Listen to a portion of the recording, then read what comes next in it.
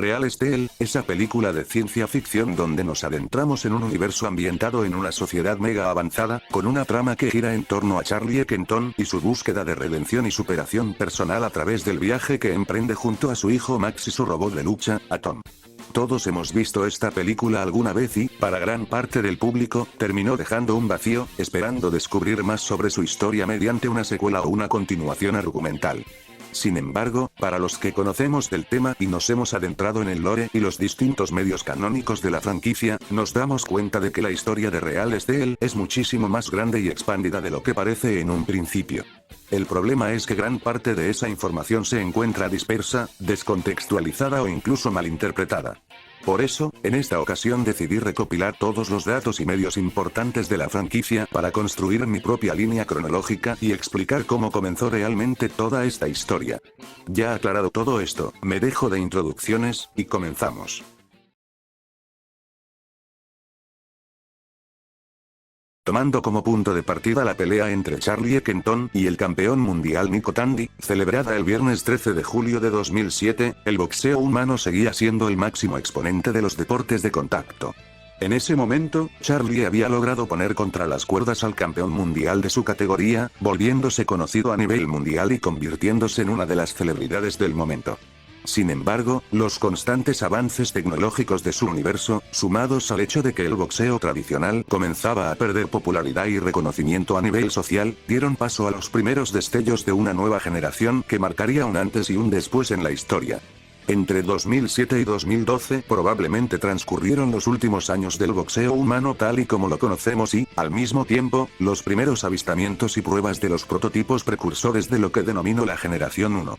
Paralelamente, las principales instituciones de deportes de contacto comenzaron a desmantelarse de forma progresiva, dando paso al fin de grandes competiciones como la UFC y marcando el inicio de una nueva era para los deportes de combate. Ya en 2012, con las primeras apariciones de los robots de Generación 1, los cimientos de lo que hoy conocemos como Real Steel comenzaban a surgir de manera pasiva en Oriente.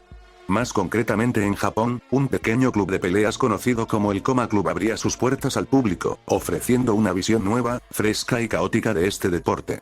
En este punto de la historia aparecen robots como The Epsix, Ayoi o Axis, aunque, sin duda, el más conocido y en el que todos pensamos es Backslash. A partir de ese momento, el Coma Club disparó su popularidad, recibiendo anuncios, patrocinios y reconocimiento tanto a nivel nacional como internacional, sentando así las bases de lo que hoy conocemos como Real Steel. Tan solo un año después, un multimillonario llamado Neil Matheson vio una oportunidad de oro y decidió ofrecerles un trato a ambos jóvenes. Formar una entidad y una competición sería de alcance mundial que expandiera la popularidad de este nuevo deporte por todo el planeta. Un proyecto ambicioso y un verdadero sueño. Se desconoce si Raiden aceptó la propuesta, pero Kizu no dejó pasar aquella oportunidad, y aceptó sin dudarlo un solo segundo, formando así lo que un año más tarde sería conocido como la World Robot Boxing. Una entidad legal encargada de regular y organizar oficialmente todo lo relacionado con el boxeo de robots, funcionando como una liga en la que competían los mejores robots del momento. Kizu terminó separándose de Raiden por una cuestión de convicciones. Raiden defendía la filosofía de que publicitar y comercializar aquello que habían construido juntos significaba venderse ante las masas y las grandes corporaciones. Ya en 2014, la asociación WRB comenzaría a funcionar oficialmente como una entidad reguladora y como la principal liga de boxeo de robots. Ese mismo año nacería el primer campeón mundial de la competición y el rostro de la organización en aquel entonces, Gamma. Diseñado por Kizu, Gamma fue el robot más dominante de su época, consolidando a la WRB y poniéndola definitivamente en el mapa. Su impacto fue enorme, logrando un récord histórico al vender más de 2.500.000 entradas a nivel mundial. Si tomamos como referencia el precio de un boleto de la época, aproximadamente $300, solo la venta de entradas habría generado unos 750 millones de dólares, una cifra histórica que catapultó a la WRB como una de las competiciones deportivas más importantes del mundo, llegando a competir de igual a igual con disciplinas como el fútbol o la Fórmula 1. Además de convertirse en un circuito oficial, la WRB estableció las reglas que hoy conocemos y que mantienen regulados los combates dentro de su liga.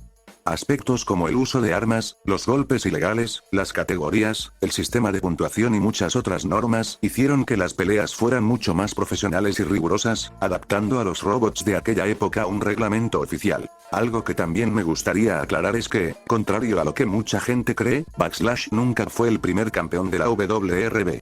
Backlash únicamente compitió en el Coma Club y, tras la creación de la liga, quedó relegado a combates de exhibición, convirtiéndose con el tiempo en una auténtica reliquia deportiva que finalmente terminó siendo abandonada. Ese mismo año también fue creado Atom, el protagonista de la película, quien originalmente fue diseñado para cumplir la función de robot sparring del campeón mundial Gamma.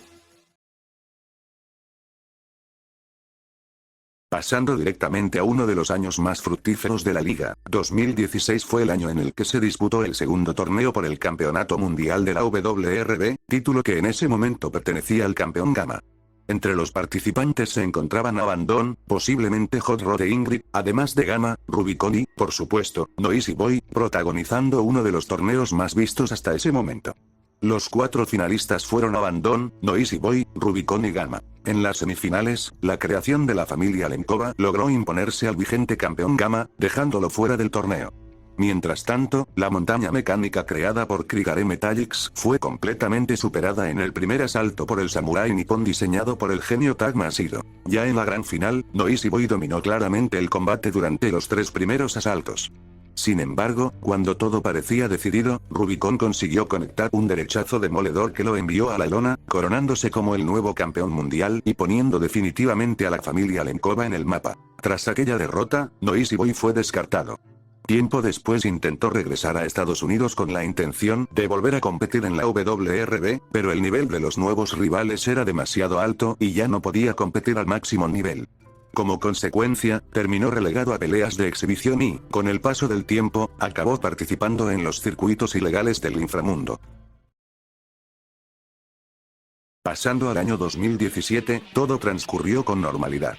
Los mejores robots del momento seguían disputando sus combates y el deporte continuaba creciendo de manera constante.